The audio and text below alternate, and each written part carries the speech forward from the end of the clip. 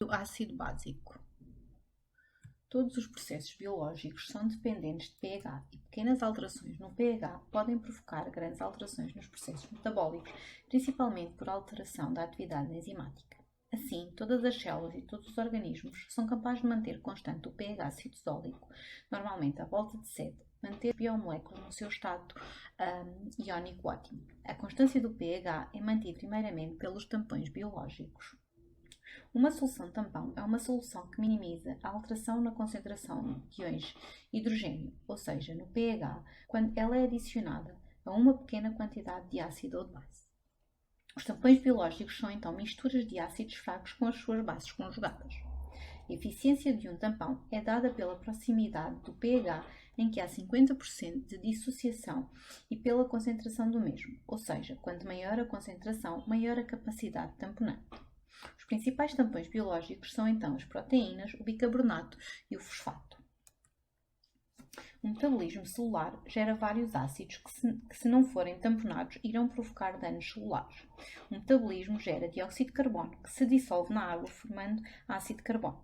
Há ainda a geração de outros ácidos não voláveis e que não podem ser removidos pelos pulmões e devem ser excretados via renal. Exemplos destes ácidos são o ácido lático e os cetoácidos.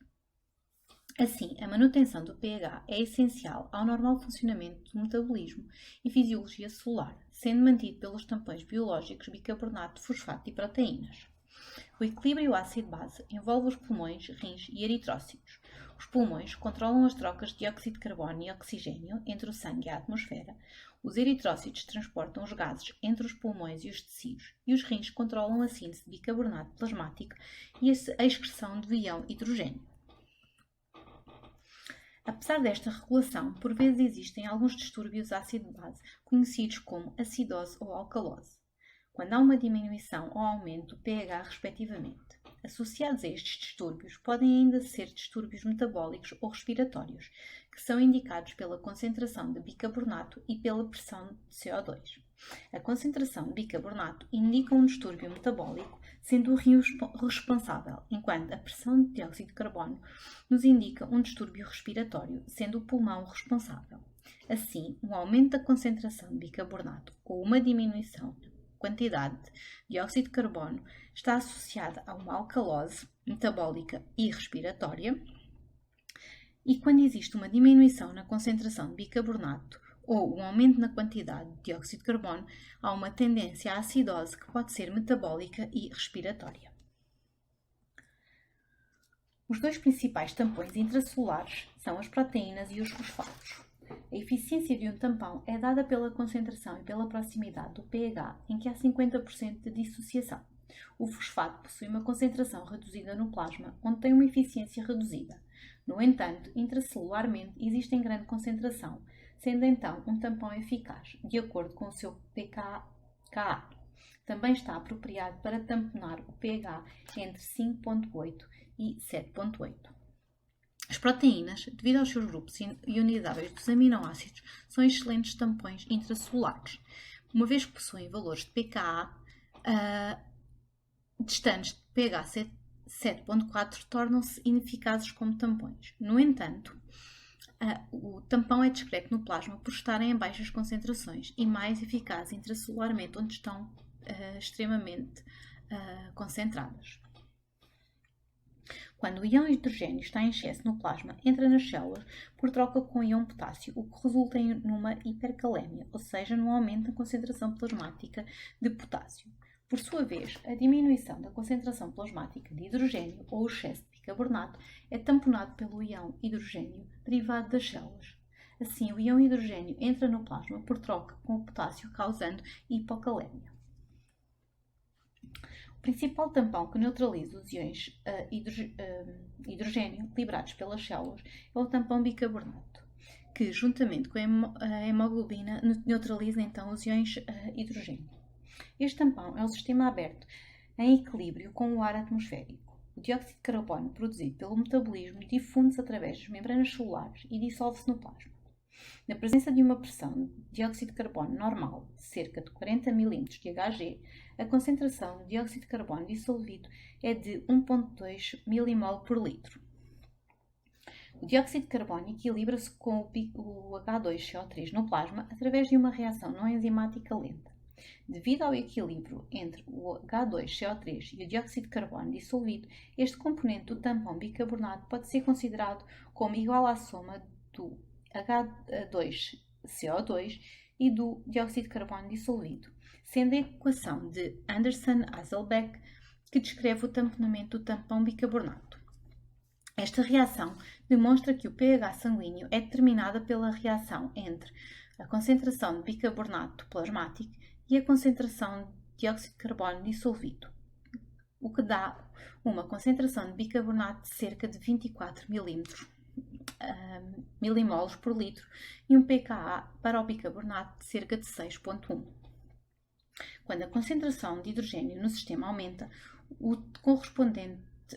componente bicarbonato do tampão aceita hidrogênios, formando então um ácido carbónico, que é convertido em CO2 e água pela anidrase carbónica.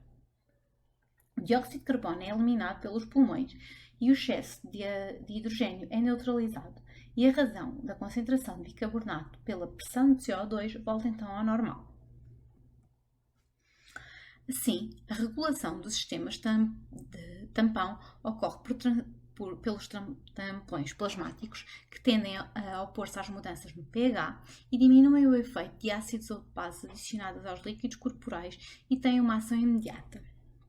É ainda regulada através do sistema pulmonar, uma vez que elimina ou retém o dióxido de carbono por hiperventilação ou hipoventilação e tem uma atuação que demora de minutos a horas. E é também regulada então pelo sistema renal, que tem como função a filtração do tampão bicarbonato, a filtração do cloreto de sódio, a excreção do bicarbonato de sódio e a excreção de urina ácida ou alcalina, de modo a reajustar as concentrações de hidrogênio no líquido extracelular durante a acidose ou alcalose, e tem como uma atuação ao longo do tempo em horas ou dias.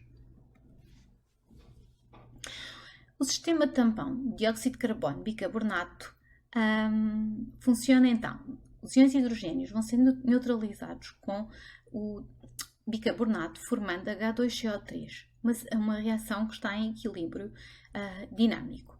Este H2CO3 vai então ser convertido em dióxido de carbono e água. Assim, se nós acrescentarmos um ácido, aumentando a concentração de íons de hidrogênio, ele vai reagir com o bicarbonato, levando a uma liberação de CO2. Assim, a pressão de CO2 no sangue aumenta e o excesso de CO2 vai ser eliminado através dos pulmões, estimulando a ventilação, ou seja, ocorre um aumento na frequência respiratória. Se por sua vez acrescentarmos uma base, ou seja, aumentarmos a concentração de OH-, ela vai ser neutralizada pelo ácido carbónico HCO3 e a sua concentração plasmática de bicarbonato eleva-se. A depleção de ácido carbónico leva a uma depleção do dióxido de carbono, que vai ser compensada então por uma redução na frequência ventilatória, com consequente retenção de CO2 no sangue. Ou seja, quando há um aumento da acidose, vai haver uma redução na frequência respiratória porque há menos CO2 para ser eliminado. Assim, tanto a pressão de oxigênio como a pressão de CO2 afetam o controle respiratório e, deste modo, a taxa de ventilação é controlada pelo centro respiratório no tronco cerebral. O bicarbonato é a componente metabólica da regulação ácido-base e a sua concentração é regulada quer pelos rins, quer pelos eritrócitos. Os eritrócitos e as células tubulares renais possuem a anidrase carbónica, enzima que converte o dióxido de carbono dissolvido em ácido de carbono. Este dissocia-se e produz íons de hidrogênio e bicarbonato. É desta forma que os rins e os eritrócitos produzem bicarbonato. Os rins regulam a reabsorção da síntese de bicarbonato e os eritrócitos ajustam a sua concentração em resposta a alterações na pressão de dióxido de carbono. O íon bicarbonato produzido pela anidrase carbónica eritrocitária desloca-se para o plasma em troca com o cloro. Até cerca de 70% de todo o dióxido de carbono produzido nos tecidos torna-se bicarbonato e aproximadamente 20% são transportados fixos à hemoglobina, como grupos carbamil, e apenas 10% permanecem dissolvidos no plasma. Nos pulmões, o aumento da pressão de oxigênio facilita assim a dissociação do dióxido de carbono da hemoglobina. Os rins controlam a concentração plasmática de bicarbonato e a remoção de hidrogênio.